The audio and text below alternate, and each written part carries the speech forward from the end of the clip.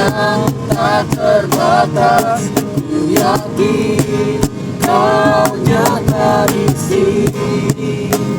Kemenangan terjadi di sini. Kemenangan terjadi di sini. Shalom semuanya, kami dari SCC Batam mengundang untuk ibadah Hari Raya Minggu pukul 5 sore di Buana Central Park, Blok G nomor 10, Batu Aji. Kami tunggu kehadirannya. Tuhan Yesus memberkati.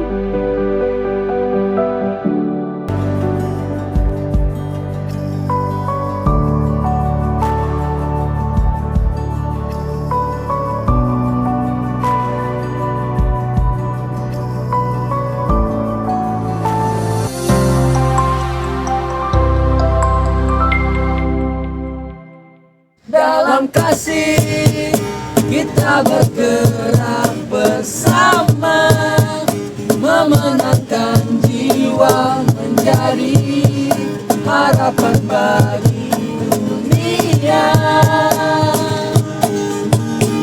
Dalam iman kita akan menang bersama, beritakan namanya bertumbuh dalam Kristus dan gerejanya.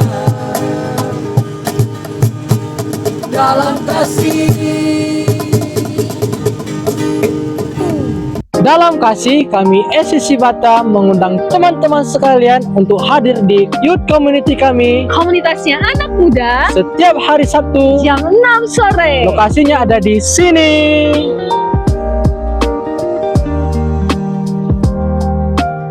Jangan lupa datang ya guys. Yeah.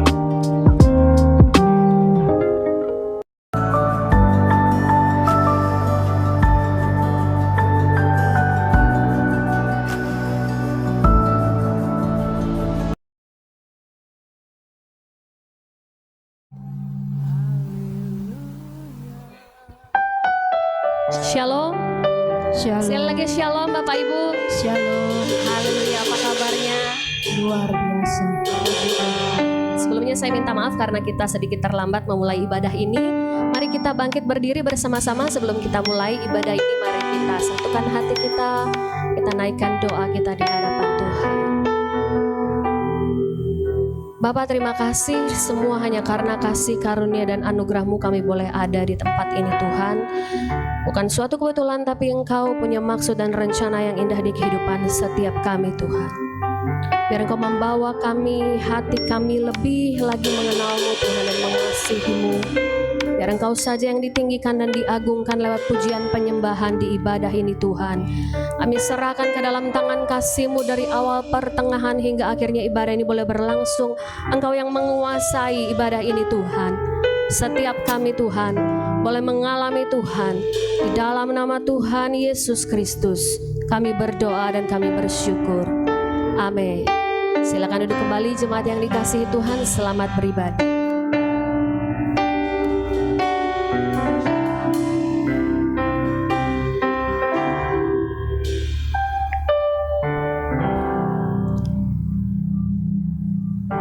Ini hatiku menyembah-Mu, tulus dan kagum padamu Yesus.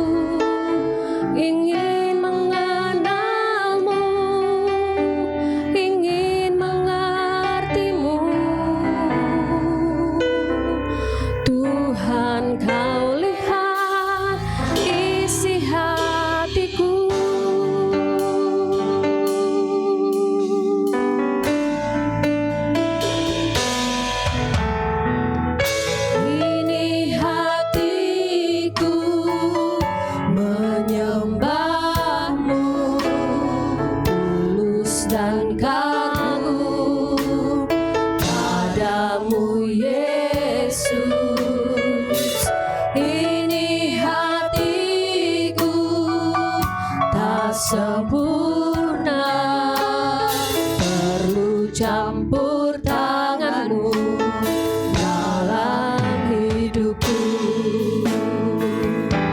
Hatiku mengasihi-Mu, hatiku mengasihi-Mu, hatiku ingin mengenal-Mu, ingin mengerti-Mu.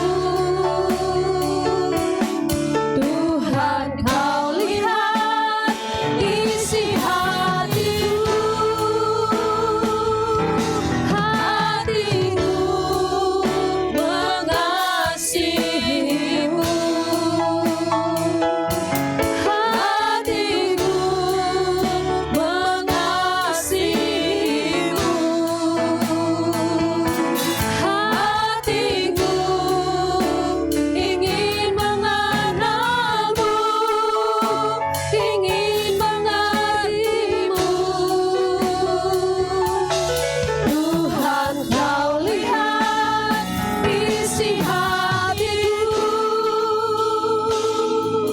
hatiku mengasihi-Mu. Ini setiap hati kami Tuhan. Hatiku mengasihi-Mu. Nyanyikan dengan lebih sungguh lagi. Hatiku ingin mengenal-Mu, ingin mengerti-Mu. Tuhan, Kau lihat isi hatiku,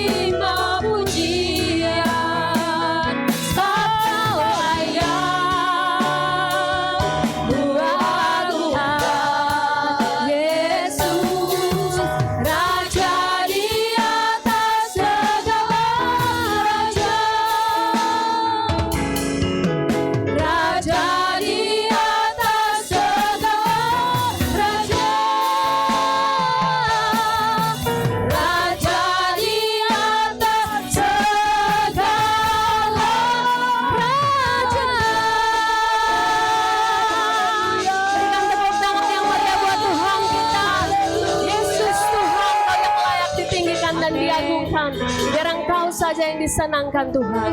Dalam nama Tuhan Yesus Kristus, kita semua yang percaya sama-sama katakan amin. Haleluya. Saya yakin dan percaya kita semua adalah orang-orang yang berbahagia. Amin. Amin. Karena kita punya Yesus, sumber segala sesuatu. Dialah jaminan hidup kita. Amin. Haleluya. Berikan salam kiri kanan, berikan senyuman yang manis. Katakan kamu orang yang berbahagia.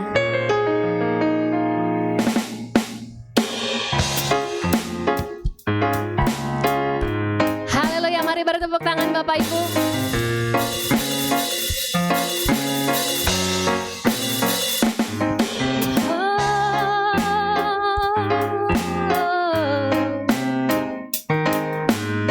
Katakan ku berbahagia.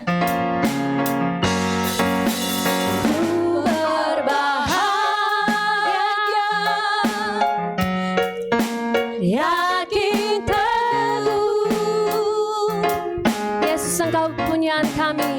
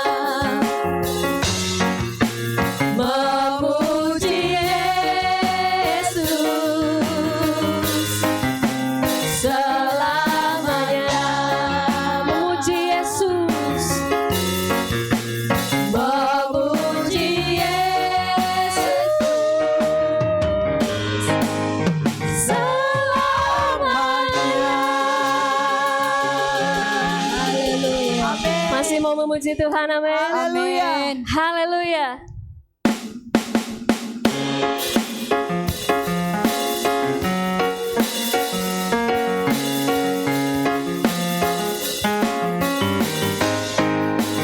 Tiap langkahku diatur oleh Tuhan. Dengan iman katakan, dan tangan kasih-Nya membimbingku di tengah gelombang dunia menakutkan. Kami tetap tenang bersama-Mu Tuhan. Hatiku tetap tenang teduh. Tiap langkahku ku tahu Tuhan yang pimpin. Yes Lord. Tempat gigiku di tangannya, hingga sekali nanti aku tiba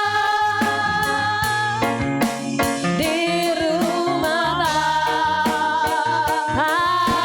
surga yang bahagia. Dengan penuh iman nyanyikan, tiap langkahku ku tahu Tuhan yang pimpin. Terima kasih Tuhan. Tempat gigiku di tangannya, hingga sekali nanti aku tiba di rumah Bapa surga yang akan,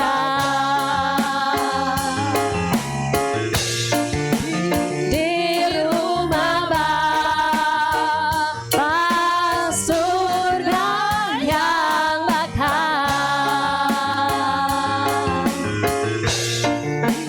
di rumah Bapa surga yang bakal.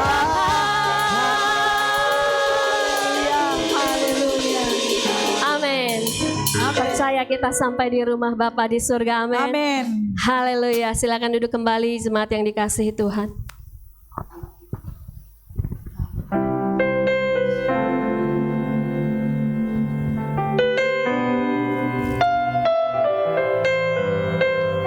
Terima kasih Tuhan untuk penyertaan-Mu. Setiap langkah kami Tuhan Engkau yang atur, Engkau yang pimpin hidup kami Tuhan. Engkau membawa kami dalam setiap jalan kami, semakin hari semakin dekat dengan hadirat-Mu Tuhan. Engkau tak pernah tinggalkan kami, Engkau selalu ada beserta dengan kami Yesus. Engkau tak membiarkan kami jauh dari hadirat-Mu Tuhan. Bahwa kami mengerti isi hati-Mu Tuhan, bahwa kami menyadari bahwa hadirat-Mu begitu dekat di hati setiap kami. Terima kasih Tuhan.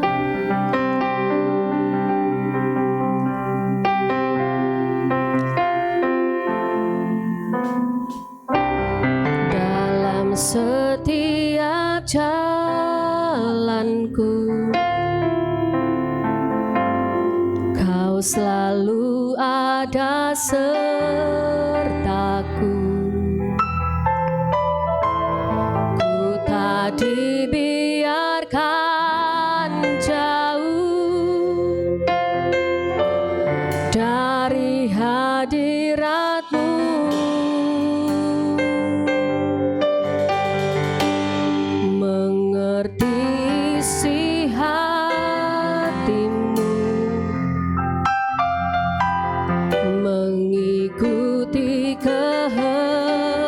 kehendak-Mu. Ku hidup untuk menggenapi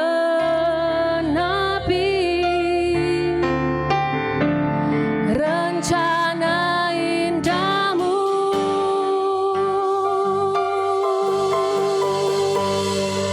Sedekat itu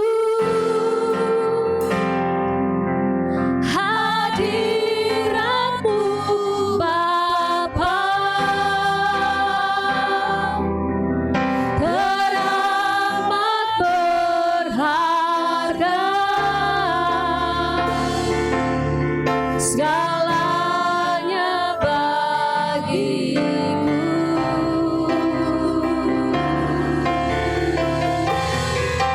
Nyata kasih-Mu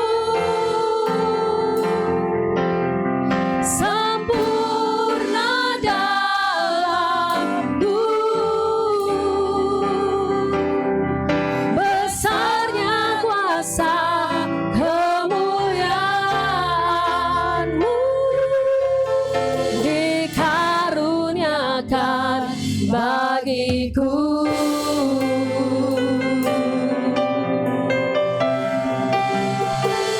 Thank you, Lord. Dalam setiap jalanku, Kau selalu ada sertaku. Ku tak dibiarkan jauh dari hadirat-Mu. Kami mau mengerti isi hati-Mu Tuhan, mengerti isi hati-Mu, mengikuti kehendak-Mu. Ku hidup untuk menggenapi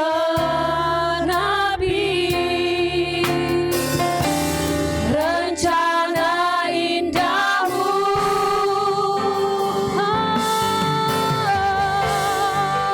Sedekat itu hadirat-Mu Bapa, teramat berharga, segalanya bagiku.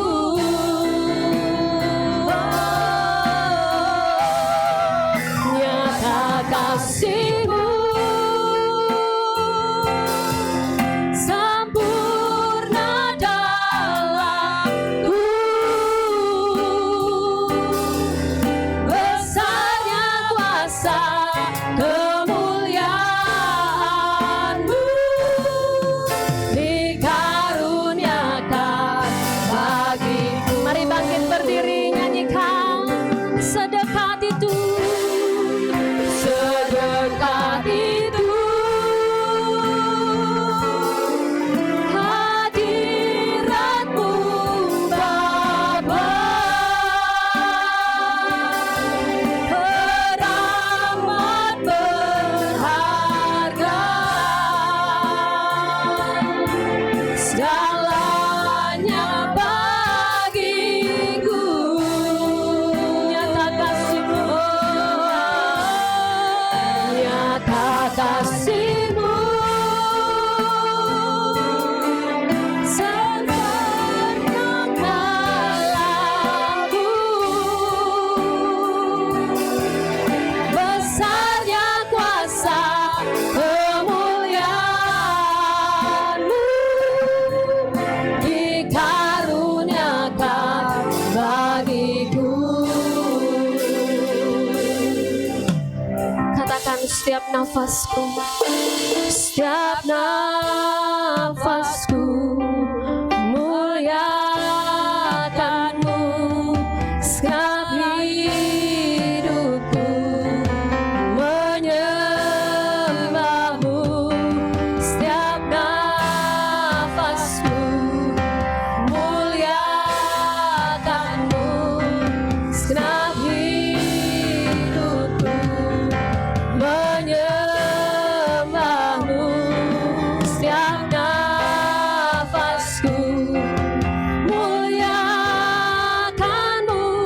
Segenap hidupku menyembahmu.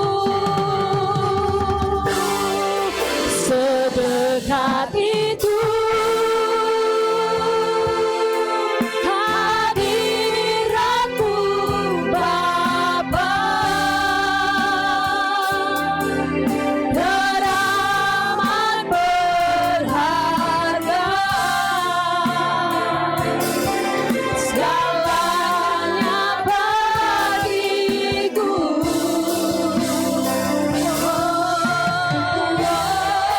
Nyata kasih-Mu sempurna dalamku,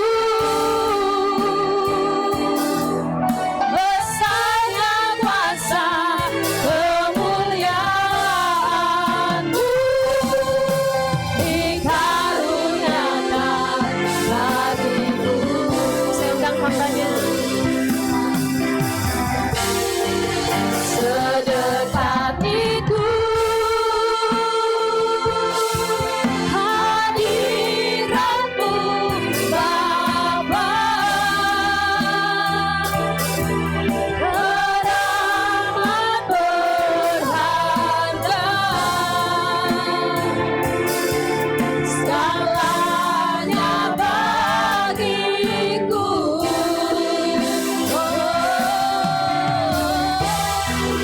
Nyata kasih-Mu sempurna di dalam kami Tuhan, sempurna dalamku, besarnya kuasa kemuliaan-Mu dikaruniakan bagiku. Besarnya kuasa kemuliaan-Mu, besarnya kuasa kemuliaan-Mu dikaruniakan bagiku. Sekali lagi, besarnya kuasa kemuliaan-Mu dikaruniakan bagiku.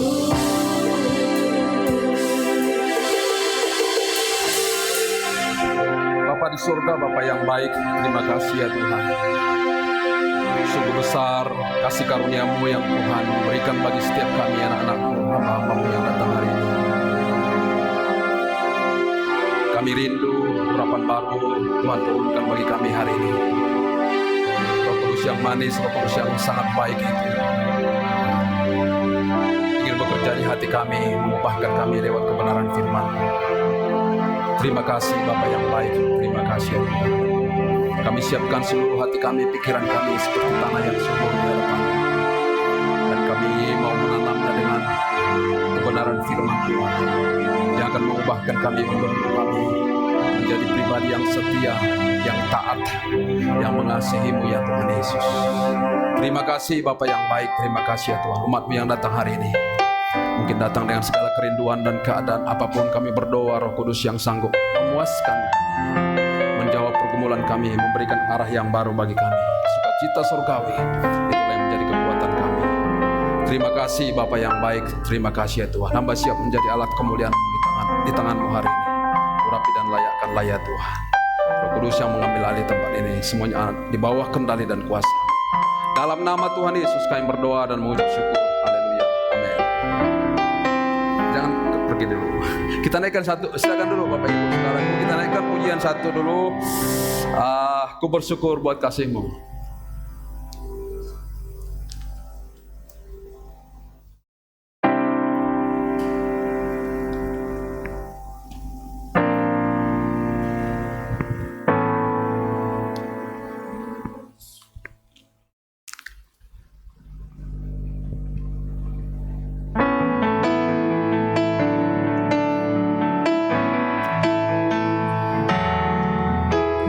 Bersyukur buat kasih-Mu menyelamatkan hidupku, oh Yesus, Tuhan dan Raja.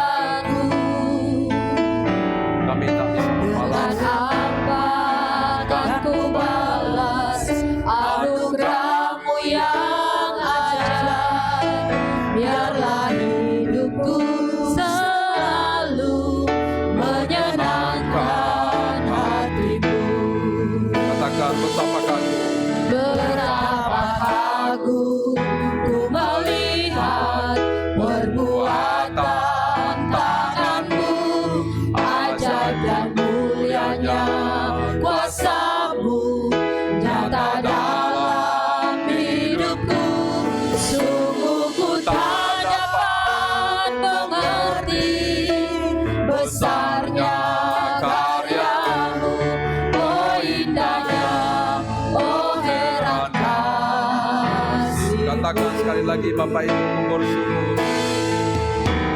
Bersyukur buat kasih-Mu menyelamatkan hidupku, oh Yesus, Tuhan dan Rajaku. Dengan apa akan ku balas anugerah-Mu yang ajaib? Biarlah hidupku selalu menyenangkan hati. Katakan betapa kagum. Betapa kagum ku melihat perbuatan tangan-Mu, ajaib dan mulianya kuasa-Mu nyata dalam hidupku. Sukuku tak dapat mengerti besarnya karya-Mu, oh indahnya, oh herannya. Sekali lagi betapa kagum. Betapa kagum melihat perbuatan tangan-Mu, ajaib dan mulianya kuasa-Mu nyata dalam hidupku. Sukuku tak dapat mengerti besarnya karya-Mu, oh indahnya, oh herannya. Sukuku tak dapat mengerti besarnya karya-Mu, oh indahnya, oh herannya Ibu. Oke, silakan duduk Bapak Ibu. Bapak Ibu, saudaraku, hari ini banyak yang kurang. Salah satu yang paling besar yang kurang dari orang-orang Kristen lah kita bilang ya, adalah kurang bersyukur. Ya kan? Orang lebih bersyukur Argentina menang daripada bersyukur akan perbuatan Tuhan. Saya suka Argentina juga. Tapi kecintaan saya kepada Argentina, kepada Messi, tidak ada apa-apanya dibanding kecintaan saya kepada Yesus. Saya bisa begadang menonton, melihat Messi bermain, bukan karena saya lebih mengasihi dia daripada Tuhan Yesus. Enggak. Saya melihat karya Tuhan di dalam diri Messi. Jadi saya tidak asal menonton Argentina, maka mungkin Jojo nggak suka dengan ini. Saya tidak hanya ingin melihat permainan yang begitu mantap, tapi saya melihat ada cara Tuhan.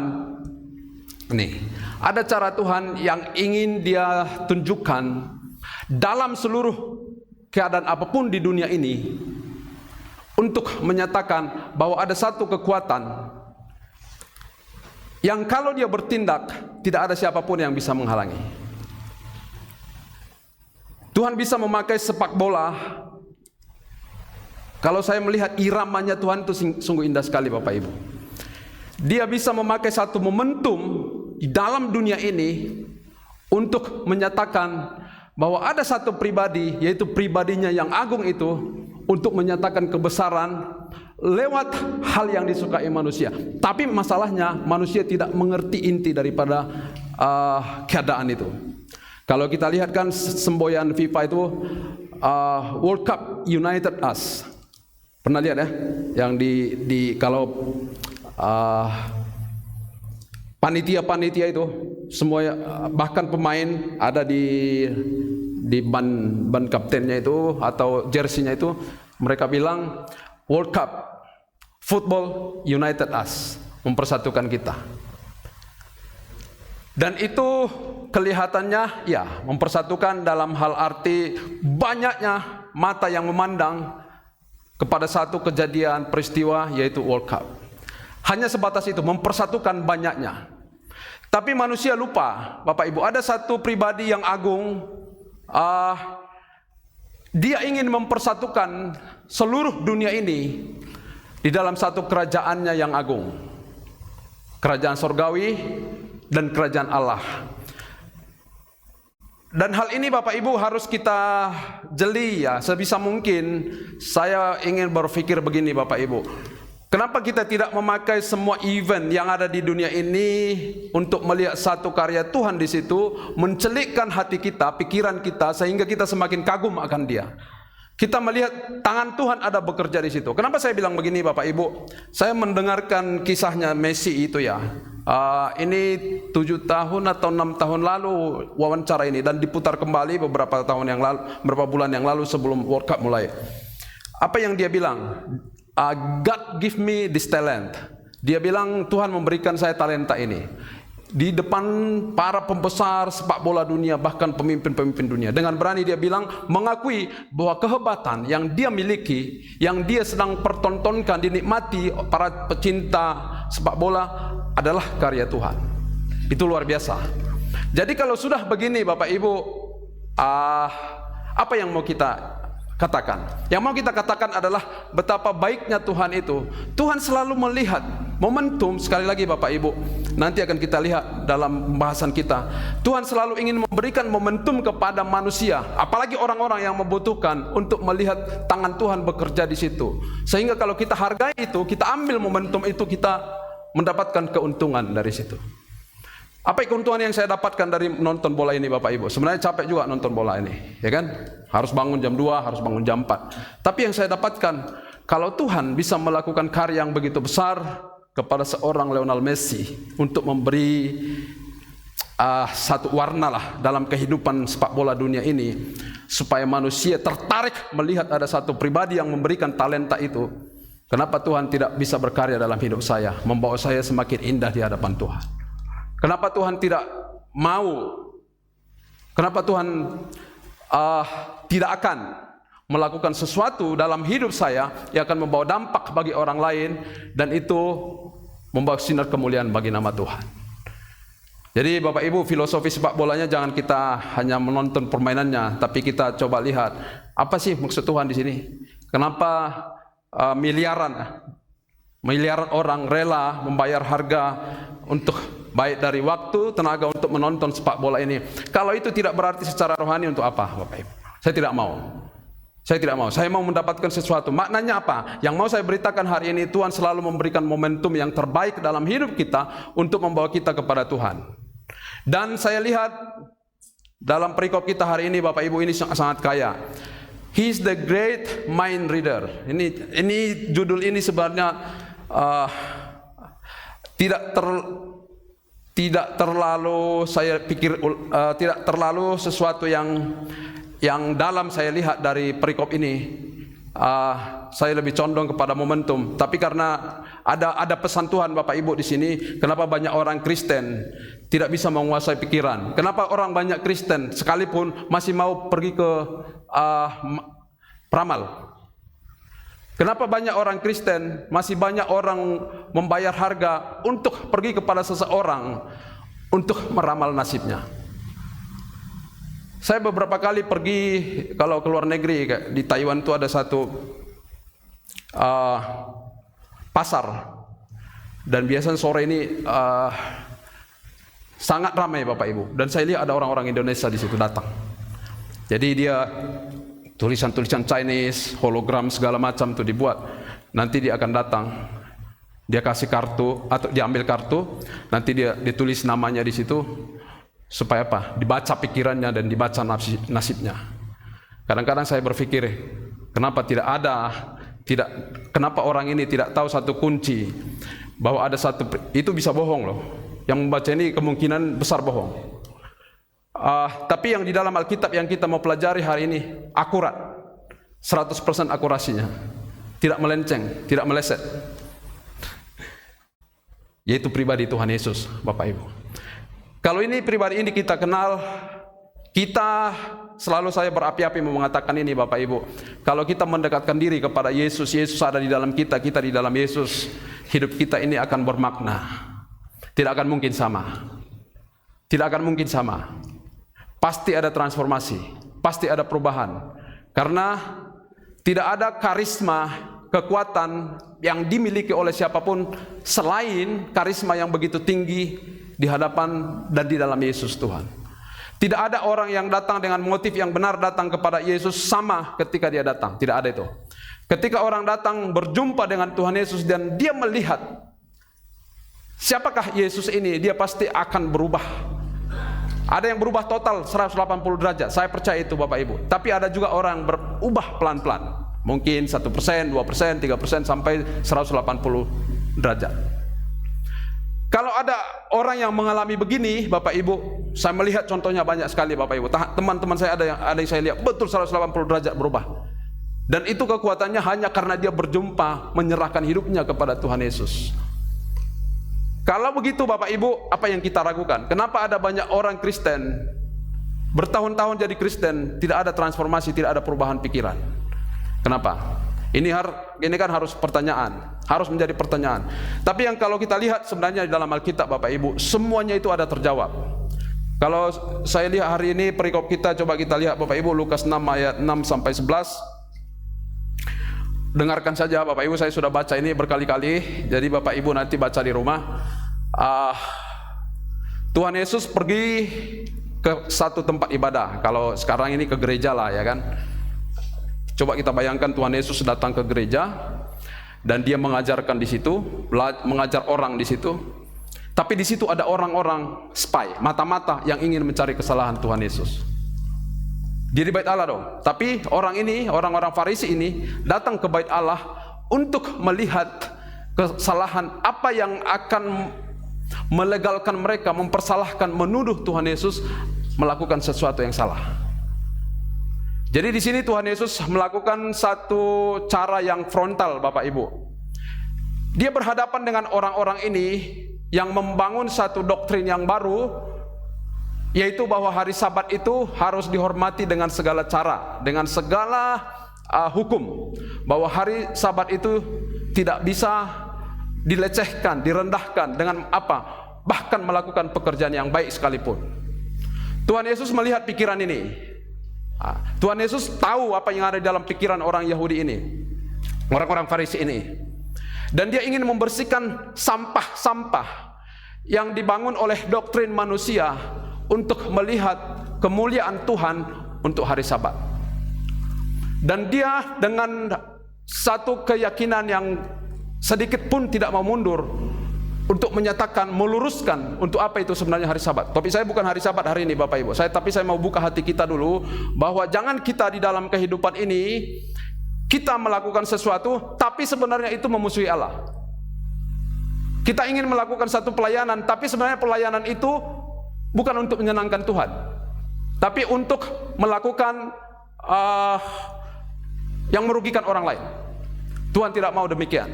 Tuhan melihat bahwa motif seperti ini harus diluruskan. Makanya dia bilang, apakah diizinkan melakukan satu perbuatan baik pada hari Sabat? Manakah yang lebih baik? Menguntungkan orang, menyelamatkan orang pada hari Sabat atau membinasakannya? Dia tanya dulu. Orang-orang Farisi tidak bisa menjawab pertanyaan ini. Karena apa? Motif mereka salah. Mereka hanya ingin mencari kesalahan. Dan dibalik semuanya ini Bapak Ibu, baru dia melakukan sesuatu. Banyak hal yang kita bisa lihat di sini, tapi yang mau saya sampaikan adalah bagaimana kita melihat momentum ini, Bapak Ibu, kita bisa mendapatkan sesuatu di sini dan rasa kekaguman kita, kasih kita, cinta kita kepada Yesus semakin bertambah-tambah. Dan kita tidak bisa tergoda, tidak mudah goyah dengan keadaan apapun di dunia ini.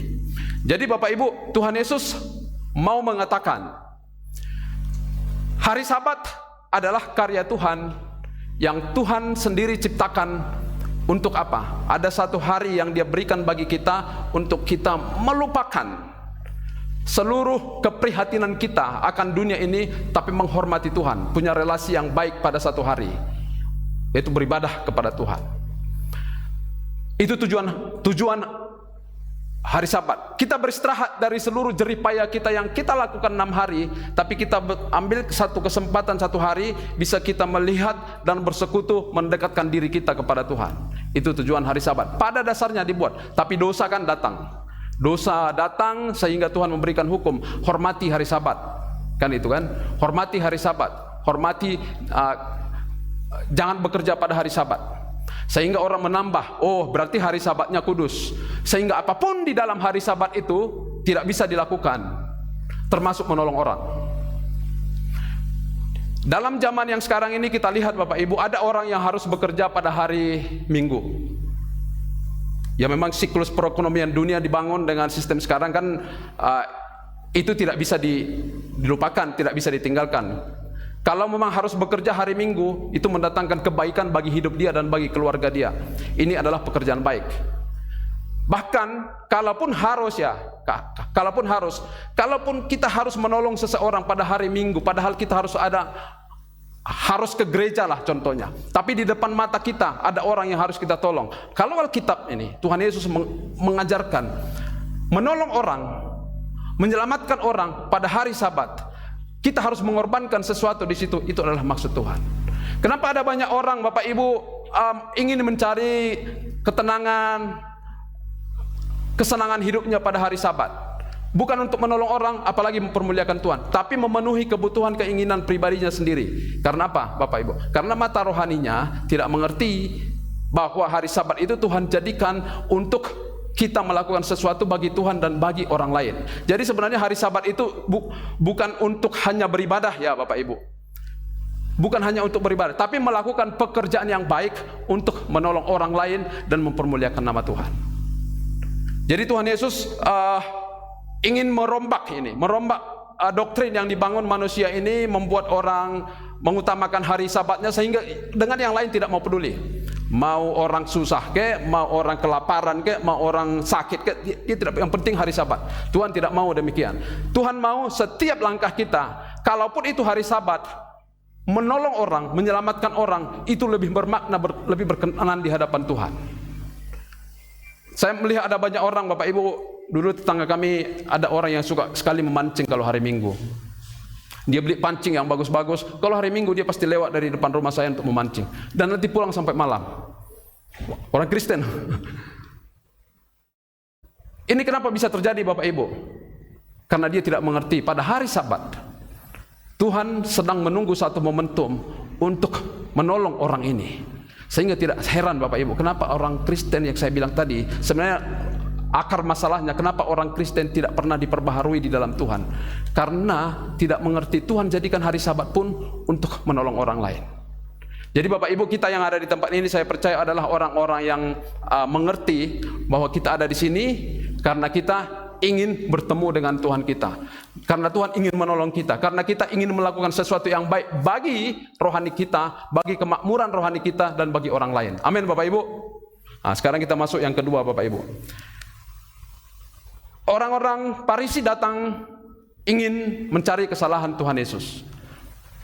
Tapi Tuhan Yesus tahu apa yang ada di dalam pikirannya. Yang mau saya lihat di sini Bapak Ibu, Tuhan Yesus tahu apa yang ada di dalam pikiran orang. Dia bisa membaca pikiran orang dengan tuntas dan akurat.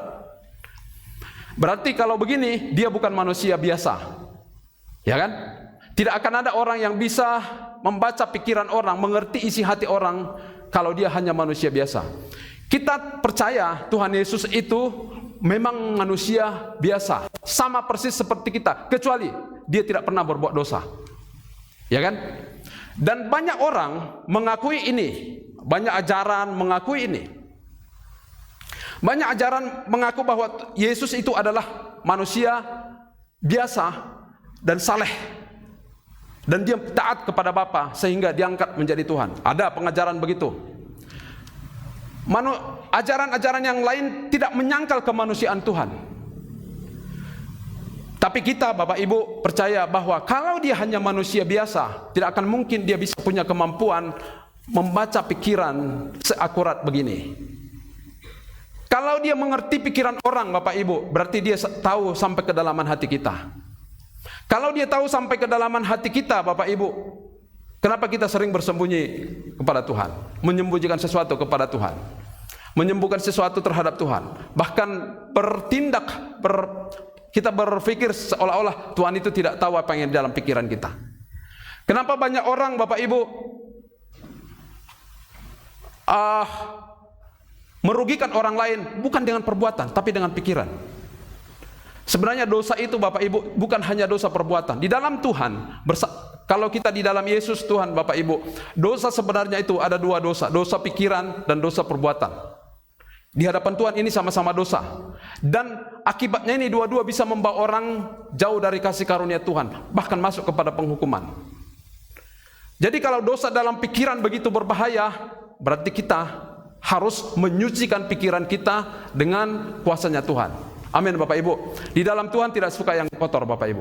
Dan di dalam Alkitab kalau kita lihat, kalau kita tahu sebenarnya pikiran-pikiran yang kotor inilah yang sering membuat kita tidak bisa bangkit dalam kehidupan ini. Kita berpikir Tuhan itu tidak bisa menolong kita. Kita berpikir Tuhan itu tidak mampu melakukan sesuatu dalam hidup kita. Kita berpikir Tuhan itu terbatas kuasa. Tuhan itu bahkan tidak peduli dengan kita. Itu semuanya di dalam pikiran kita. Padahal sebenarnya Tuhan mengasihi kita. Tuhan ingin melakukan sesuatu kepada kita. Tuhan sedang menunggu sesuatu saat atau yang saya sebut momentum untuk menyatakan kuasanya kepada kita. Pikiran yang dibangun Bapak Ibu dengan sembunyi-sembunyi seperti ini yang kadang-kadang membuat orang tidak akan pernah bisa bangkit dalam kehidupannya. Jadi sebenarnya dosa musuh kita yang terbesar adalah dalam pikiran. Kalau pikiran seseorang diubahkan, kalau pikiran seseorang direnovasi, di-upgrade, pasti dia akan bisa meningkat. Tapi masalahnya adalah banyak orang tidak bisa memberikan pikirannya diperbaharui oleh Tuhan. Saya suka yang bersih Bapak Ibu. Pagi-pagi yang paling saya lakukan adalah mandi. Pertama sekali saya paling suka kalau bangun pagi itu mandi sebelum melakukan sesuatu. Karena saya merasa kalau tidur itu kan ada keringat atau apa, rasa kotor itu membuat saya tidak bergairah menjalani kehidupan satu hari. Bahkan seringkali kalau saya pulang dari luar, yang saya lakukan dahulu adalah mandi, karena saya suka yang bersih. Dengan perasaan kita ya, perasaan saya badan ini bersih, saya lebih enak kalau mau berdoa, mau nonton TV pun lebih segar, mau rileks pun lebih segar. Rupanya Bapak Ibu saya temukan di dalam Alkitab. Saya juga suka, saya tidak anak saya sering memakai kendaraan saya sering merepet ke anak saya. Kalau dia suka pakai mobil saya, itu dia kadang-kadang dia tidak mau bersihkan. Sering, nak bersihkan mobilnya. Kenapa? Saya rasanya begitu nyaman di dalam kendaraan kalau kendaraan itu bersih. Persis demikian Bapak Ibu, pikiran kita ini bisa kita bersihkan dengan firman Tuhan. Dan kalau kita bersihkan pikiran ini, kita berikan Tuhan membaca pikiran kita ini dan kita bersihkan, kita bisa melakukan sesuatu yang akan menaikkan hidup kita, bahkan memberkati orang lain. Saya sangat suka dengan satu ayat Bapak Ibu. Ini untuk bisa mencuci pikiran. Karena sebenarnya Bapak Ibu dalam perjalanan kehidupan ini, kalau pikiran kita bersih ya, orang akan melihat, pasti akan menikmati, pasti akan bisa merasakan pikiran Bapak ini kacau atau sedang lurus. Pikiran Bapak ini sedang bersih atau kotor. Pikiran, dengan kita bicara kepada orang lain, orang bisa merasakan loh Bapak Ibu pikiran kita. Apalagi Tuhan. Dan Tuhan rupanya memberikan satu ayat di dalam, saya percaya bukan hanya satu ayat Bapak Ibu, banyak ayat di dalam Alkitab untuk mencuci pikiran kita. Mau tahu nggak Bapak Ibu? Dan saya mencoba mempraktekkan ini, walaupun saya belum dapat ini sampai ke level yang lebih tinggi, tapi saya sangat bersyukur dengan ayat ini. Coba kita lihat Bapak Ibu, Filipi 4 ayat 8. Kenapa kita perlu mencuci pikiran kita? Seringkali, banyak kali dosa-dosa dimulai dari pikiran. Banyak sekali penyakit dimulai dari pikiran. Coba Bapak Ibu nanti Google aja. Apakah penyakit-penyakit yang disebabkan oleh pikiran? Kotornya pikiran. Banyak, stroke pun disebabkan oleh pikiran. Darah tinggi pun kebanyakan disebabkan oleh pikiran. Bahkan mah atau GERD ya. GERD itu pun kebanyakan disebabkan pikiran yang terlalu khawatir. Kanker pun rupanya kebanyakan disebabkan oleh pikiran. Jadi hati-hati Bapak Ibu. Kita harus bebas dari semua ini kalau kita tahu. Coba kita baca sama-sama Bapak Ibu. 1, 2, 3. Jadi akhirnya saudara-saudara, semua yang benar, semua yang mulia, semua yang adil, semua yang suci, semua yang manis, semua yang sedap didengar, semua yang patut disebut kebajikan dan patut dipuji, pikirkanlah semuanya itu. Kalau saudara dan saya suka laundry pakaian, kenapa kita tidak suka laundry pikiran kita? Kalau saudara dan saya suka mencuci kendaraan kita, kenapa kita tidak suka mencuci pikiran kita? Pikiran yang jernih, Bapak Ibu, akan peka dengan suara Tuhan, akan peka dengan hikmat Tuhan. Dan dikatakan di sini, akhirnya saudara-saudaraku, semua yang benar, semua yang mulia, semua yang adil, semua yang suci, semua yang manis, semua yang sedap didengar, semua yang patut disebut kebajikan dan patut dipuji, pikirkanlah semuanya. Inilah cara untuk mencuci pikiran, Bapak Ibu.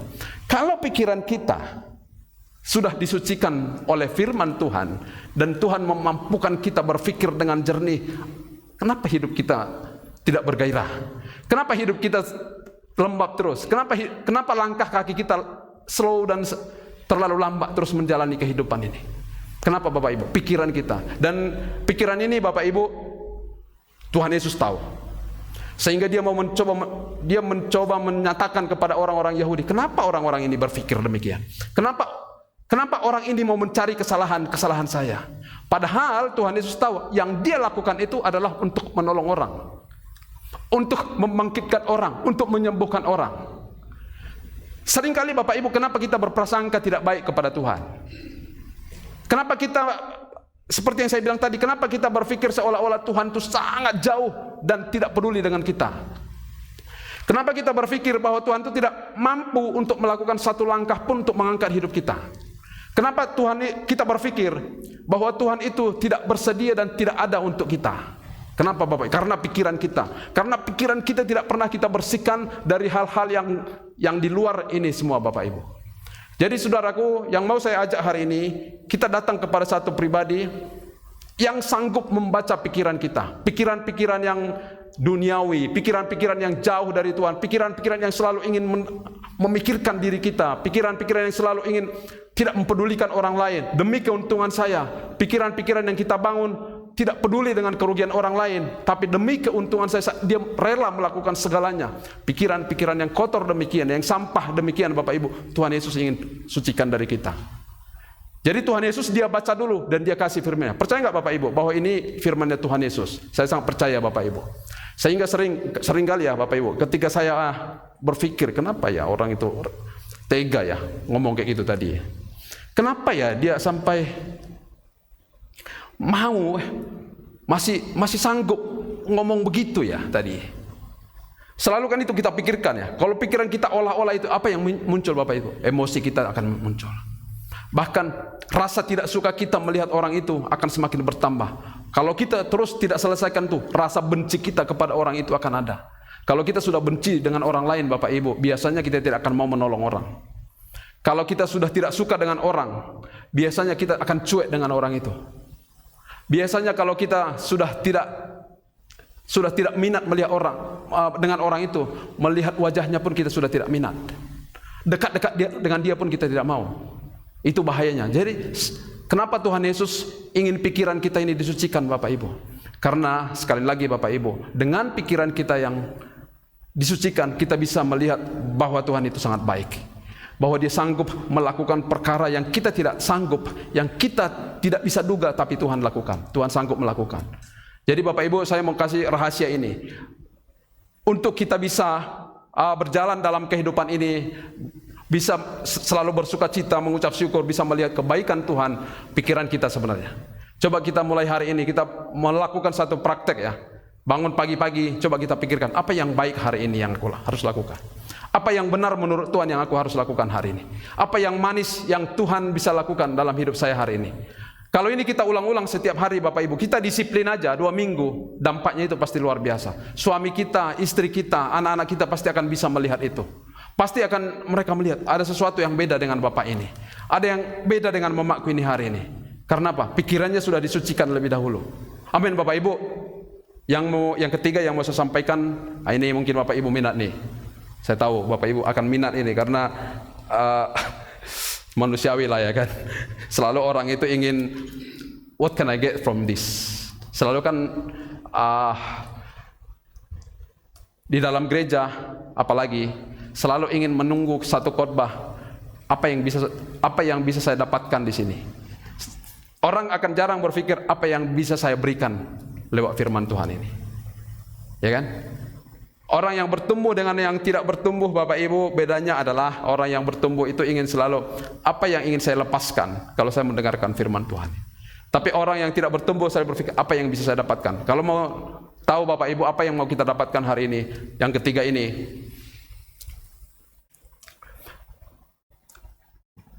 Tuhan Yesus ketika dia mengajar, selalu dia melihat orang-orang yang ada di situ, yang paling membutuhkan, dan suasana hati orang itu seperti apa. Orang yang lumpuh tangan sebelah ini, Bapak Ibu, tidak dia jelaskan di Alkitab ini seperti di kisah-kisah yang lain. Ada orang yang membawa dia, tapi dia ada di bait Allah ketika dia tahu Tuhan Yesus akan ada di situ. Dia menunggu satu momentum untuk bertemu, melihat dengan dekat Tuhan Yesus di bait Allah. Pertolongan Bapak Ibu, kenapa orang susah mendapatkan pertolongan dari Tuhan? Rahasianya, dengarkan ini Bapak Ibu. Seringkali karena tidak pandai mencari momentum. Orang yang lumpuh tangannya sebelah ini, Bapak Ibu, dia tidak dikatakan ada orang yang menuntun dia, mengarahkan dia ke bait Allah. Tapi saya percaya, saya renung-renungkan ini Bapak Ibu.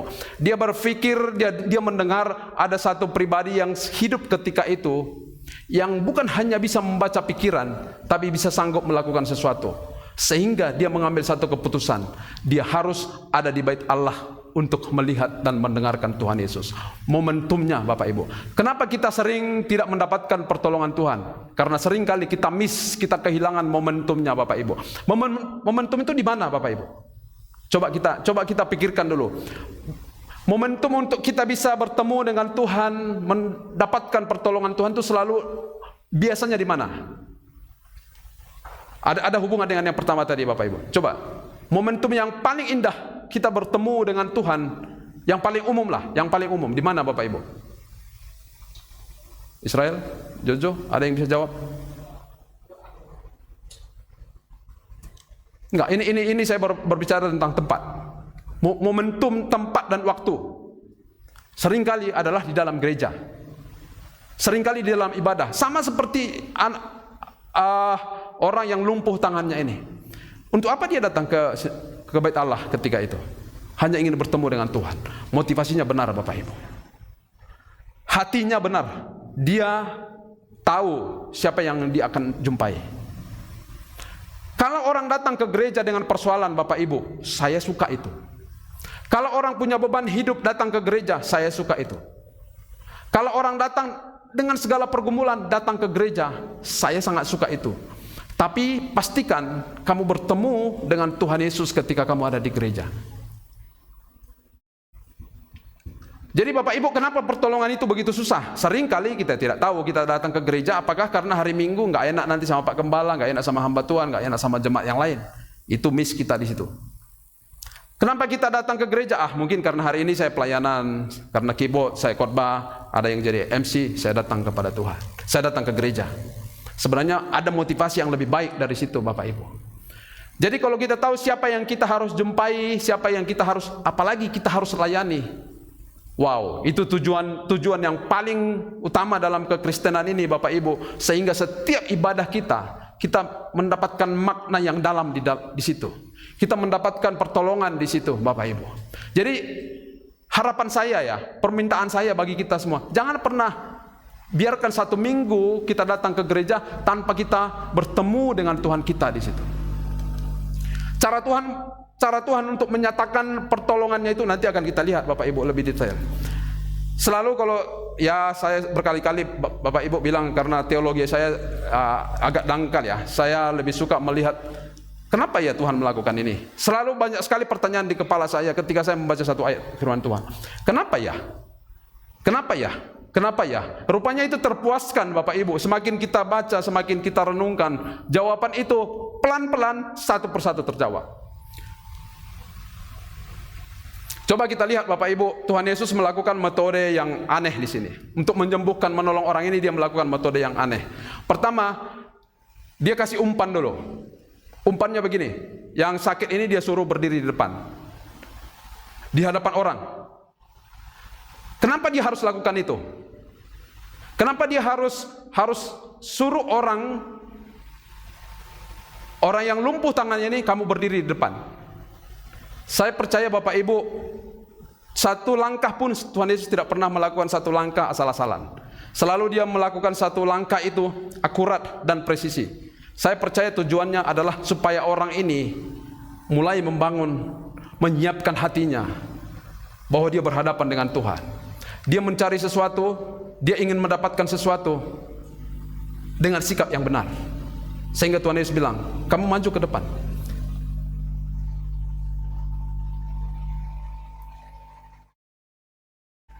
Coba kita lihat Bapak Ibu di ayat 8 tadi. Tetapi ia mengetahui pikiran mereka lalu berkata kepada orang yang mati tangannya itu, bangunlah dan berdirilah di tengah.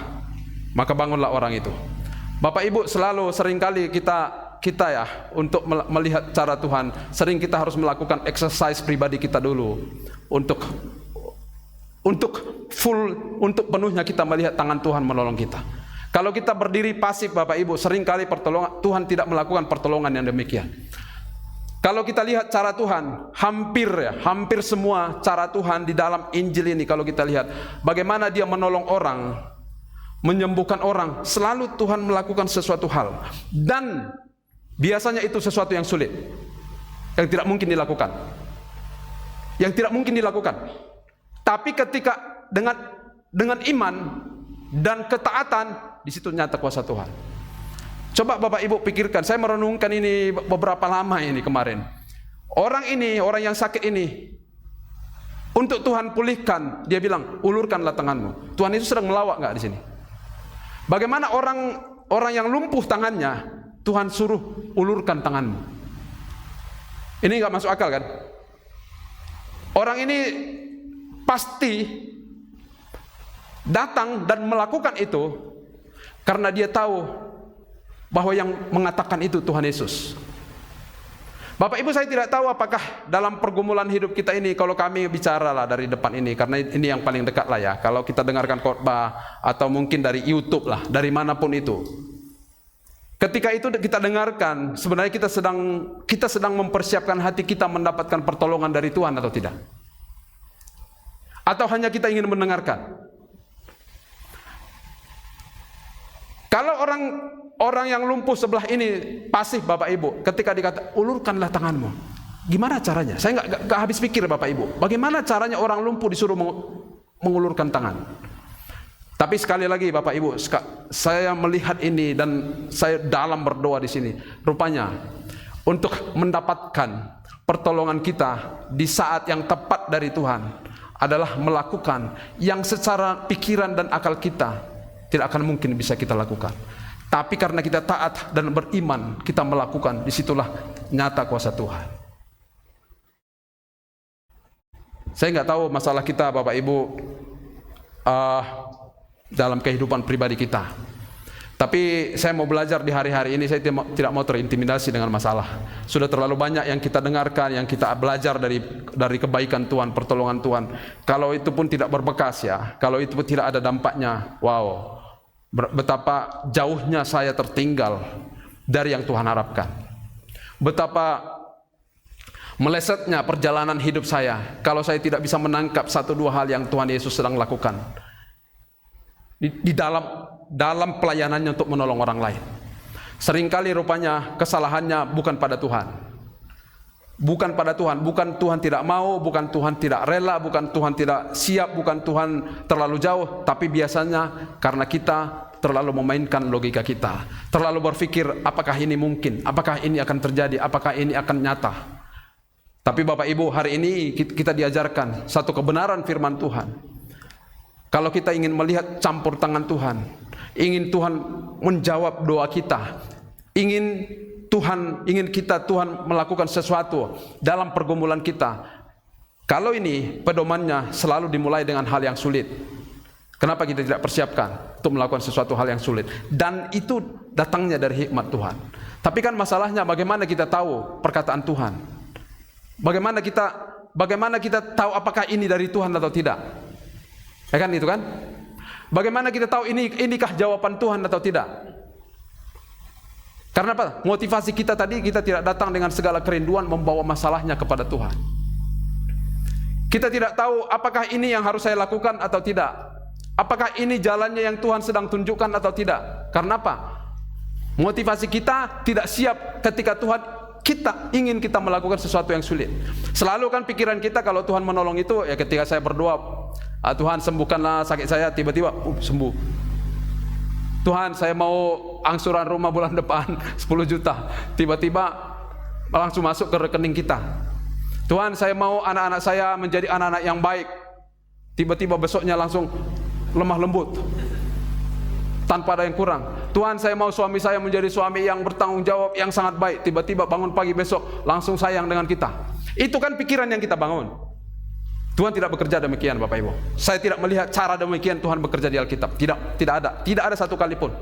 Selalu dia bilang ulurkanlah tangan, padahal dia lumpuh, ngangkat pun nggak bisa. Saya suka dengan cerita saya yang dulu Bapak Ibu ketika saya yang kena stroke ringan itu ya. Itu kalau saya ingat itu, selalu hati saya langsung bergelora. Selalu setiap saya ingat itu, tidak ada alasan bagi saya untuk tidak bergairah dengan Tuhan. Dan kalau saya lihat orang yang stroke ya, sampai hari ini hati saya ibah seiba-ibanya karena saya pernah ada di situ. Jadi Bapak Ibu, ketika saya ada di posisi itu, apa yang saya lakukan? Itu betul-betul itu di luar kemampuan manusia. Orang yang stroke berdiri pun nggak bisa kan? Jangankan berdiri, jangankan jalan, mau berdiri pun udah tumbang. Tapi ketika itu saya melihat seperti ada kekuatan yang Tuhan beri untuk melompat. Bagaimana caranya orang yang stroke bisa melompat? Hanya di dalam Tuhan Bapak Ibu. Hanya di dalam Tuhan. Bagaimana caranya? Ini kalau mau berkat ini. Mau berkat nggak? Bagaimana caranya orang diberkati oleh Tuhan? Dengan memberi Bapak Ibu. Berat dong. Ya kan? Bagaimana hidup orang diberkati? Rupanya memberi, menabur. Saya tidak terlalu ingin berbicara. Saya akan tunggu momentum beberapa waktu ke depan. Saya mau bicara tentang memberkati, berkat Bapak Ibu, tentang memberi. Tentang memberi. Ini biar tugas Pak Gembala dulu lah ya kan. Nanti saya tambah-tambah dikit-dikit. Tapi sampai hari ini coba Bapak Ibu pikirkan, saya tidak pernah berbicara tentang memberi. Tapi hati saya sebenarnya panas untuk mengkhotbahkan ini. Hati saya ingin memberikan sesuatu, tapi tunggu momentumnya Bapak Ibu. Ada hal-hal yang di hati saya ingin saya sampaikan dulu kepada jemaat. Tapi yang saya mau ingin katakan Bapak Ibu, inti dari seluruh masalah kehidupan ini, seringkali tesis dan antitesisnya itu berbeda 100 derajat. Kalau kita mau ke sana, kalau menurut dunia untuk berhasil harus ke sana, tapi Tuhan maunya kita ke sana. Untuk orang yang berhasil itu harus punya, kalau menurut dunia harus punya kekayaan sekian, harus punya pendidikan sekian. Rupanya bukan. Di dalam Tuhan untuk bisa berhasil adalah bisa menolong orang lain. Di dalam Tuhan itu Bapak Ibu, untuk bisa menjadi pelayan yang setia bukan harus ini baru beberapa lama yang saya dapatkan ini. Bukan harus melayani orang yang banyak, tapi 1 orang, 2 orang pun rupanya kita layani dan kita lakukan itu dengan hati yang tulus. Itulah yang berhasil di hadapan Tuhan. Makanya Bapak Ibu, saya mau hidup terbalik dengan dunia ini. Kalau orang menonton Piala Dunia untuk hore-hore, kalau saya mau nonton Piala Dunia, ada sesuatu yang saya mau lihat di situ. Kalau orang mau memberi karena sesuatu, kalau saya mau melakukan sesuatu karena ada sesuatu yang lain di situ. Saya tidak mau arus dunia. Kita semua di sini Bapak Ibu yang diperbaharui, kita harus melakukan metodenya Tuhan. Kita coba belajar ya dari gaya Tuhan Yesus, cara dia sama seperti begitu banyak ya pengajaran Tuhan Yesus. Kalau ingin yang terbesar, hendaklah menjadi yang terkecil. Ya kan? Untuk menjadi pemimpin harus jadi pelayan. Ya kan? Untuk menjadi orang kaya harus lebih dahulu merasa paling miskin. Artinya apa Bapak Ibu? Untuk menjadi orang kaya, jangan berpikir kekayaan itu adalah hasil keringat, hasil kekuatan kita. Berpikirlah itu adalah titipan Tuhan. Sehingga kita tidak merasa itu milik kita, tapi miliknya Tuhan. Kalau untuk menjadi sehat Bapak Ibu, seringkali kita harus membayar harga. Bu Indah paling mantap di sini. Gaya makan kita juga harus kita jaga juga lah ya kan. Jangan sembarangan makan juga lah ya kan. Jadi selalu ya di dalam Tuhan itu hampir semuanya kalau kita lihat selalu terbalik dengan cara dunia. Kalau begitu kenapa kita tidak mempelajari yang terbalik? Tapi bukan kita nggak hidup di tengah-tengah dunia ini ya. Tapi kita masih ada di dalam dunia ini, tapi dengan cara kerajaan Allah. Kerajaannya Tuhan Yesus. Saya mencoba-coba belajar ya Bapak Ibu. Berpuluh-puluh kali Tuhan Yesus mengatakan kerajaan Allah sudah dekat. Rupanya kerajaan Allah dengan kerajaan surgawi itu beda loh Bapak Ibu. Setiap orang Kristen harus hidup di dalam kerajaan Allah. Nanti yang kita mau bahas sampai seterusnya, Bapak Ibu. Tujuannya apa? Supaya masuk kepada kerajaan surgawi. Kerajaan surgawi itu ada tempat ya, tapi itu di luar apa yang manusia bisa lihat. Itu di luar kemampuan alam semesta ini, di luar jangkauan alam semesta ini. Tidak ada pesawat ulang-alik apapun yang bisa sampai ke sana. Itu kerajaan surgawi. Tidak bisa dilihat yang fisik. Itu tapi kerajaan Allah rupanya itu pengembangan dari kerajaan surgawi ke dunia ini. Jadi kita hidup walaupun kita di negara Indonesia dengan dunia ini, tapi hidup kita di dalam kerajaan Allah. Dan cara hidup kita bukan cara hidup orang dunia. Ini yang Paulus selalu katakan Bapak Ibu. Kalau orang kerajaan Allah tidak berorientasi pada apa yang ada di sini di dalam dunia ini, ya kan? Pasti tujuannya nanti ke kerajaan yang kekal di sorga, yang ada tempatnya itu, yang ada geografisnya itu, yang ada posisinya itu. Tujuannya di sini, di situ. Tapi selama kita di dunia ini, Tuhan Yesus mengatakan, kerajaan Allah sudah dekat. Kamu ada di dalam kerajaan Allah. Kerajaan Allah ada di tengah-tengah kamu. Siapa itu? Yesus rajanya. Tuhan kita, Yesus rajanya. Jadi walaupun kita di tengah-tengah dunia ini, tapi kita hidup di dalam kerajaannya Allah, itu yang paling kita rindukan Bapak Ibu. Jadi Paulus berkata, kita kewarganegaraan kita ada dua. Kewarganegaraan surgawi dan kewarganegaraan duniawi. Kita ada di negara Republik Indonesia ini, tapi di saat yang bersamaan kita hidup di dalam kerajaannya Allah. Yang rajanya itu adalah Tuhan Yesus dan penolongnya itu adalah Roh Kudus. Amin Bapak Ibu. Jadi kalau Tuhan Yesus sedang melakukan begini, kenapa kita tidak menyesuaikan diri, kita tidak berusaha masuk di dalamnya dengan seluruh ketaatan kita, dengan seluruh kekuatan kita? Kenapa kita mau keluar di situ, mencoba-coba? Mungkin ada yang lebih baik di luar. Tidak ada yang lebih baik di luar Bapak Ibu. Tuhan Yesus sudah menjamin ini. Yang paling baik dari semuanya itu adalah tinggal dan hidup di dalam kerajaannya, di dalam kerajaan Allah itu sendiri. Itu sudah jaminan. Keluar dari situ pasti kita sengsara. Mungkin sebentar kita akan menikmati. Mungkin sebentar. Coba kita lihat di dunia ini, yang di negara kita ini, heboh sekali dunia ini sekarang, Indonesia ini. Semua heboh. Ada yang korupsinya lah, ada hukumnya segala macam. Ini kerajaan duniawi Bapak Ibu, dan itu bukan yang Tuhan maksudkan. Tapi kita bisa melihat itu, tapi kita tidak masuk di dalam itu. Kita tidak bagian dari situ. Makanya kita harus shining for God. Kita harus bersinar bagi kemuliaan nama Tuhan. Di mana? Lewat hidup kita, lewat cara hidup kita, lewat ibadah kita, lewat keluarga kita, di pekerjaan kita, dimanapun kita berada, kita tunjukkan bahwa kita ini adalah anak-anak kerajaan Allah. Amin Bapak Ibu. Anak-anak muda di sini mungkin berpikir gimana itu caranya Pak? Ya memang kalau dengan cara kita yang, makanya setiap minggu kita ada di tempat ini, karena kita mau belajar hidup kita, hidup di dalam kerajaan yang benar, hidup di dalam kerajaan Allah. Oke, kesusahan itu pasti akan datang Bapak Ibu. Kita sudah dapat itu, kita sudah patenkan itu, bahwa kesusahan itu tidak akan pernah lari dari orang benar. Ya kan? Kesukaran, pergumulan itu tidak akan pernah lari menghindar dari orang benar. Selalu dia, semakin kita ingin benar di hadapan Tuhan, selalu kesusahan itu ingin semakin lebih kuat berlari mendahului kita. Tapi jaminannya apa Bapak Ibu? Ini Bapak Ibu, kita tahu momentum-momentum yang baik untuk kita mendapatkan pertolongan dari Tuhan. Kita tahu caranya bagaimana kita bisa keluar dari satu masalah, karena kita ada di dalam Tuhan, karena kita ada di dalam naungan kerajaannya Tuhan.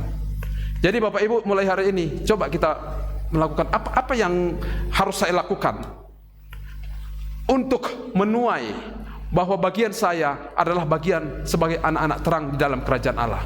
Pastikan gaya kita harus beda kan? Kalau gaya orang di dunia ini Bapak Ibu hidup dengan sosial media, mayoritas waktunya sosial media. Coba kita lihat, atau kita jujur dengan diri kita sendiri. Tapi ini mungkin bagi sebagian orang, Bapak ini lebay. Saya juga bermain sosial media Bapak Ibu. Tapi sering kali saya sudah doktrin diri saya. Ini berapa menit ini saya harus pegang. Kadang-kadang kelewatan. Kadang-kadang saya pukul diri saya. Karena apa? Kita bisa silap, tapi jangan masuk lebih dalam. Cepat-cepat keluar. Kalau sosial media kita lebih tinggi daripada merenungkan firman Tuhan, Bapak Ibu, Saudaraku, daripada kita, oke lah, mungkin tidak usah 1 banding 1 lah, ya kan? Terlalu ekstrim lah.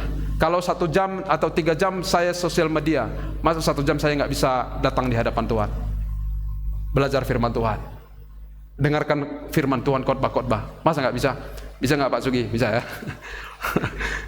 Pasti bisa kan?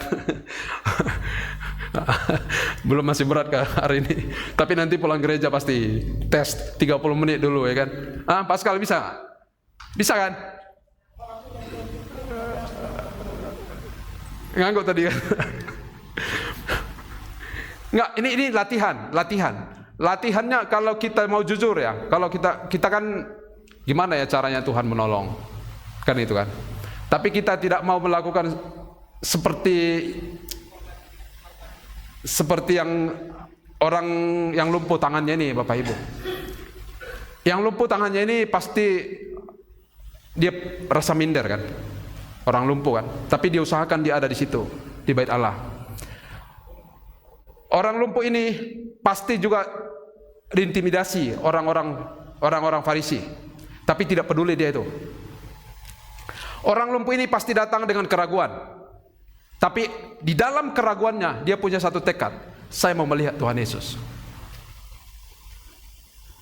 Orang lumpuh ini pasti tidak mempedulikan lingkungannya, sekelilingnya, demi satu tujuan, mendapatkan pertolongan dari Tuhan.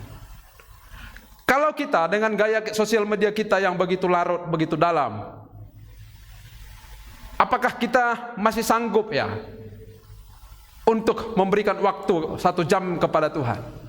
Bahayanya mungkin tidak sanggup, karena kita sudah terlalu dalam di situ. 3 jam, 4 jam, 2 jam, saya tidak tahu Bapak Ibu.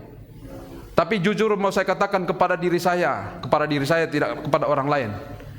Sosial media is just sosial media. Ya, saya lihat Facebook, apa yang perlu saya like, udah selesai. Nanti kira-kira setengah jam lagi santai, apa yang agak menarik, oh ini ada postingan dari orang yang berbau rohani, kita baca. Tapi kalau postingan media yang hanya narsisme, oh nanti dulu, jangan like dulu ya kan, kalau mau like nanti. Udah itu kita lihat waktu, wah berapa jam ini? Sementara waktu kita 1 hari berapa jam? Yang efektif lah di luar kerja. Untuk diri kita mungkin hanya 3 jam, 4 jam, kerja 8 jam. 3 jam ini kita habiskan untuk sosial media, dan kita mengharapkan Bapak Ibu cara yang spesial Tuhan menolong kita. It does not make sense, ya kan? Tidak akan mungkin kan, nggak masuk akal kan? Tapi hari ini apa yang kita harus lakukan Bapak Ibu? Semuanya kita mulai dari hal kecil. Kalau 1 jam saya mulai 15 menit. Anak-anak muda di sini sudah mulai baca firman Tuhan kan. Bagi saya itu sangat menggembirakan. Itu konsistenlah di situ, dan lakukanlah dengan lebih sungguh-sungguh lagi. Dan hanya itulah cara yang paling efektif di hadapan Tuhan mentransformasi hati kita. Ketika kita datang, kita bawa hati kita untuk membawa firman Tuhan, membaca firman Tuhan, dan kita biarkan firman Tuhan itu mencuci pikiran kita tadi Bapak Ibu. Jadi Tuhan Yesus tidak perlu pakai brush lagi mencuci pikiran kita. Dia hanya kasih firman Tuhan. Dan itu sangat efektif Bapak Ibu, sangat efektif. Dan impactnya itu, hasilnya itu nanti ketika kita keluar dari situ dan melakukan sesuatu, itu yang nampak. Jadi tidak akan mungkin bisa dibohongi Bapak Ibu, tidak akan mungkin. Orang yang mendapatkan pencerahan dari firman Tuhan tidak akan mungkin bersembunyi. Pasti akan keluar itu. Dari kebiasaannya, dari kata-katanya, dari gayanya, dari perbuatannya, dari kelakuannya, pasti akan kelihatan. Karena itulah akibat dan kuasa dari transformasi firman Tuhan. Jadi Bapak Ibu, kenapa hidup ini terlalu susah untuk berubah? Sebenarnya kita yang tidak mau berubah. Bukan Tuhan tidak mau berubah, kita yang tidak mau berubah. Jadi kalau mau berubah hidup kita, ya kita ubahkan dulu dari diri kita sendiri. Pikiran kita dikuduskan dulu, disucikan dulu. Tindakan kita berani menghadapi kesukaran, kesulitan dulu. Di dalam Tuhan nggak ada yang enak-enak dulu, Bapak Ibu. Nggak ada yang enak-enak. Kalau dunia pun tahu itu, apalagi di dalam Tuhan. Pasti selalu dimulai dengan yang susah. Pasti dimulai yang susah.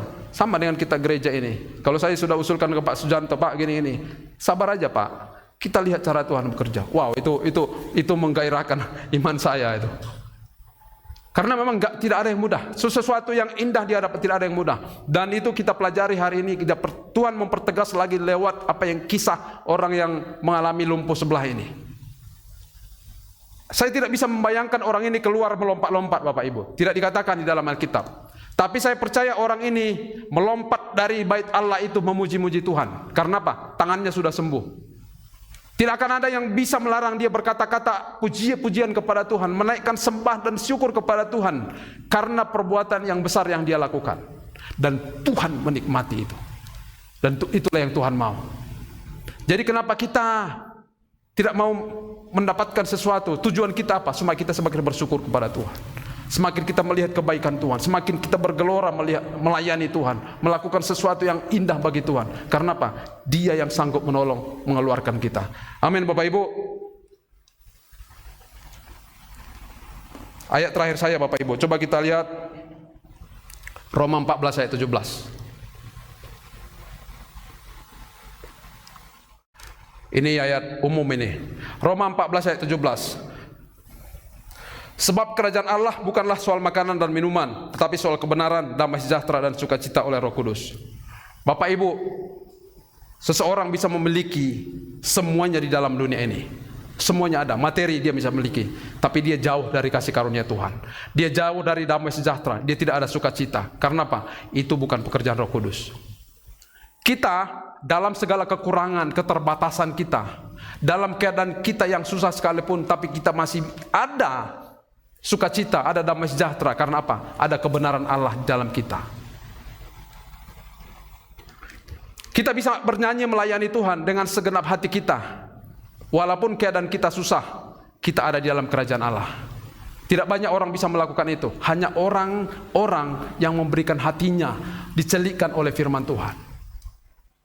Untuk bisa bersukacita karena duit banyak, semua orang bisa. Orang happy-happy karena tidak ada masalah, semua orang bisa melakukan.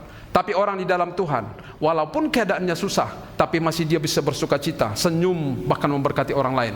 Itulah yang Tuhan mau. Dan itu adalah milik kita yang ada di ICC Church Batam. Dan gairah kami, rencana kami itu yang kita mau dapatkan dalam kehidupan ini Bapak Ibu. Bersukacita walaupun keadaan susah. Amin ya. Memberi walaupun keadaan kita berat, memberi. Melayani walaupun kita susah untuk melayani. Memberi yang terbaik walaupun keadaan kita dalam keadaan susah. Itu yang Tuhan mau Bapak Ibu.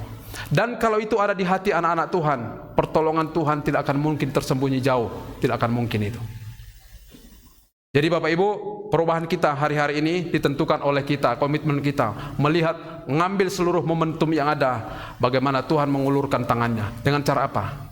Ketika dia berfirman, dengan cekatan kita sambut firman itu dan kita lakukan. Saya tidak tahu Bapak Ibu, apa yang Bapak Ibu dapatkan hari ini, tapi saya mendapatkan sesuatu. Apa itu? Saya mau melihat pertolongan Tuhan dalam kehidupan saya. Saya mau melihat cara Tuhan, tangannya yang penuh kasih itu, suaranya yang bergema itu, yang memikat sampai menusuk hati itu, menggerakkan, memberikan iman yang baru kepada saya untuk melakukan sesuatu. Walaupun kelihatannya itu susah, walaupun mungkin menurut orang itu tidak mungkin, tapi saya mau mengerti bahwa kalau Tuhan yang berbicara, pasti juga Tuhan yang sanggup menggenapi. Amin Bapak Ibu. Itu saja, Tuhan Yesus memberkati. Kita bangkit berdiri, kita naikkan pujian ini.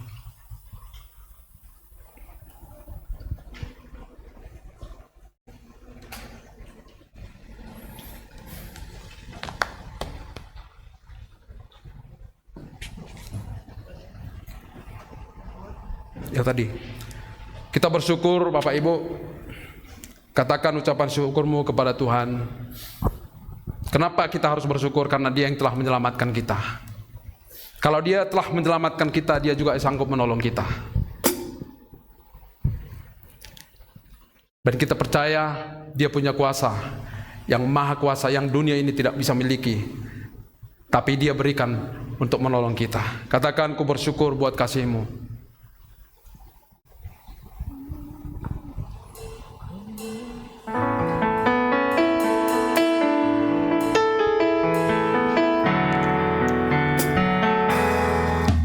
Ku bersyukur buat kasih-Mu menyelamatkan hidupku, oh Yesus, Tuhan dan Rajaku.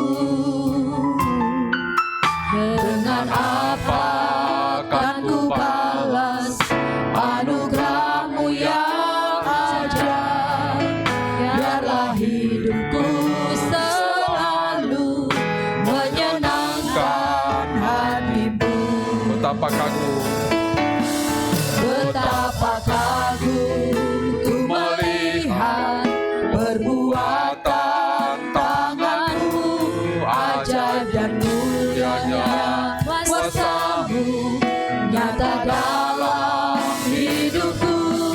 Sungguh ku tak dapat mengerti besarnya karya-Mu, oh indahnya, oh herankan. katakan betapa kagum, Betapa kagum ku melihat perbuatan tangan-Mu, ajaib dan mulianya kuasa-Mu nyata dalam hidupku. Sungguh ku tak dapat mengerti besarnya karya-Mu, oh indahnya, oh herankan. sungguh ku tak dapat Sungguh ku tak dapat mengerti besarnya karya-Mu, oh indahnya, oh heran kasih-Mu. Bapa di surga, terima kasih ya Tuhan. Hamba telah selesai berbicara, tapi Roh-Mu yang kudus yang mengerjakan firman ini di dalam hati kami, memampukan kami mengerti dan memberikan kami hikmat untuk melakukan, sehingga nyatalah kuasa firman-Mu ya Tuhan. Kami tahu dan kami percaya kasih setia-Mu lebih besar daripada kelemahan kami. Kekuatan kami hanya ada di dalam Tuhan. Hikmat surgawi, sukacita surgawi, itulah yang menjadi kekuatan kami.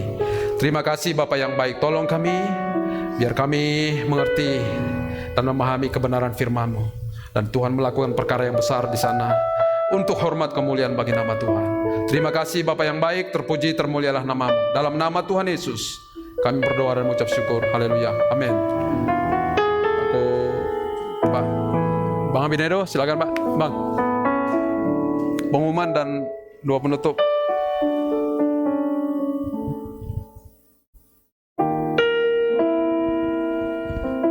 Puji Tuhan, kita sudah diberkati melalui firman Tuhan. Biarlah kita tetap setia beribadah, karena firman Tuhan sudah jelas bahwa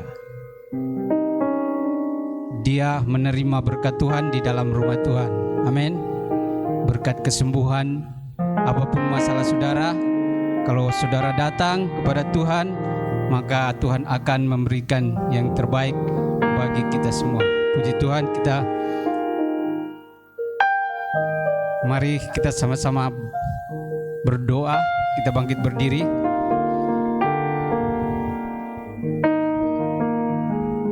Terima kasih Bapa di dalam surga. Kami mengucap syukur kepadamu Bapa, karena kasih setia Tuhan kami boleh menikmati berkat Tuhan di rumah-Mu Bapa. Ajarlah kepada kami semua yang hadir di tempat ini, untuk kami mau setia beribadah kepadamu Bapa. Terima kasih Bapa buat hamba-Mu yang sudah menyampaikan kebenaran firman-Mu.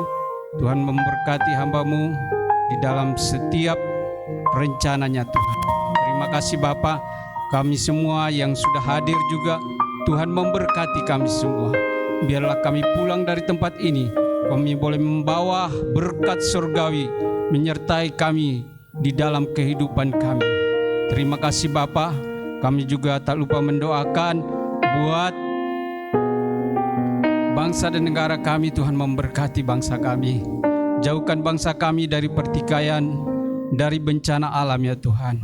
Memberkati pemerintahan mulai dari Bapak Presiden Prabowo, Wakil Presiden Gibran, para menteri, gubernur, wali kota, bupati, camat, lurah, RT. Tuhan memberkati mereka ya Tuhan. Biar mereka boleh menjalankan tugas dan tanggung jawab dengan baik, membawa bangsa ini menjadi bangsa yang besar. Terima kasih Bapa. Kami selaku gereja Tuhan juga, Tuhan berikan kami tanggung jawab untuk setia mengiring akan Tuhan. Terpujilah Tuhan buat hari ini ya Tuhan.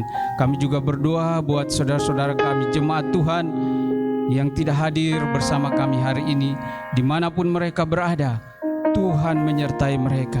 Yang sakit Tuhan sembuhkan, yang lemah Tuhan kuatkan. Bahkan kami juga berdoa buat saudara-saudara kami yang sedang mengikuti lewat online juga. Tuhan memberkati mereka ya Tuhan. Bila mereka dalam permasalahan hidup, Tuhan berikan jalan keluar bagi mereka. Terima kasih Bapa di surga. Segala kemuliaan hanya bagi-Mu Bapa. Sebelum kami pulang dari tempat ini Tuhan, kami juga berdoa untuk persembahan yang akan kami berikan pada hari ini juga. Tuhan memberkati kami semua sehingga kami boleh memberi dengan sukacita surgawi. Terpujilah Tuhan. Marilah Bapak Ibu, kita pulang dari tempat ini dengan membawa berkat damai sejahtera daripada Allah Bapa, cinta kasih daripada Tuhan Yesus Kristus, serta penghiburan daripada Roh Kudus menyertai kita mulai siang hari ini sampai Tuhan Yesus datang kali yang kedua. Mari kita semua yang sudah menerima berkat Tuhan katakan amin. Tuhan memberkati.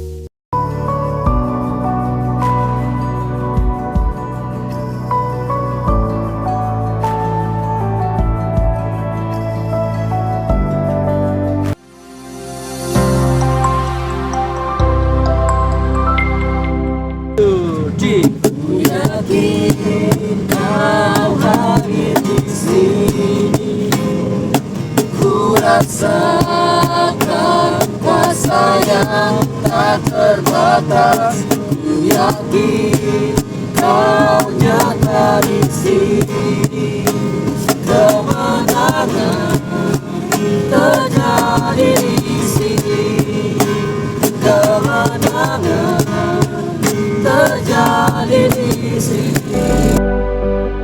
Shalom semuanya. Kami dari SCC Batam mengundang untuk ibadah Hari Raya Minggu pukul 5 sore di Buana Central Park, Blok G nomor 10, Batu Aji. Kami tunggu kehadirannya. Tuhan Yesus memberkati.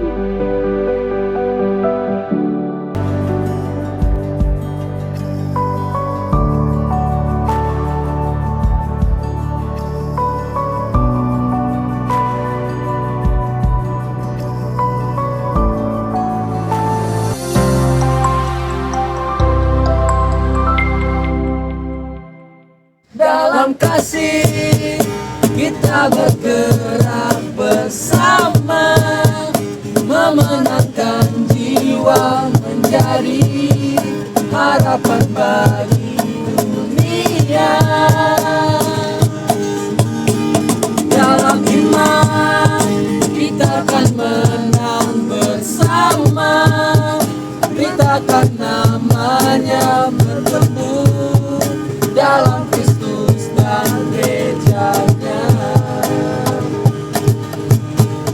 dalam kasih.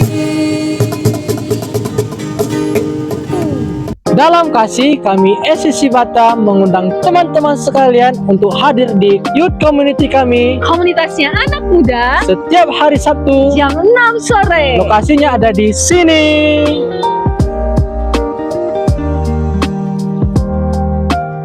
Jangan lupa datang ya guys. Iya. Yeah.